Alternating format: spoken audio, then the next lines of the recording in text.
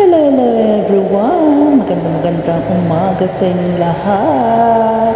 Ayan guys, ang saya-saya ko. Hindi ko na-expect na makakatanggap ako ng bigas. Pakabahal pa naman ang presyo ng bigas ngayon. Kaya nagpapasalamat ako na nabigyan ako ng bigas, lalo na first time ko lang makaranas ng ganito.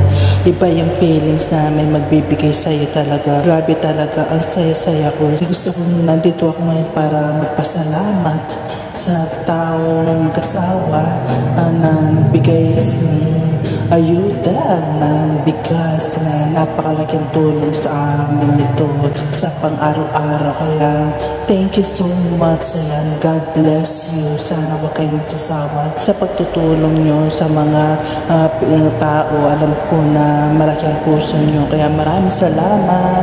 God bless. Bye.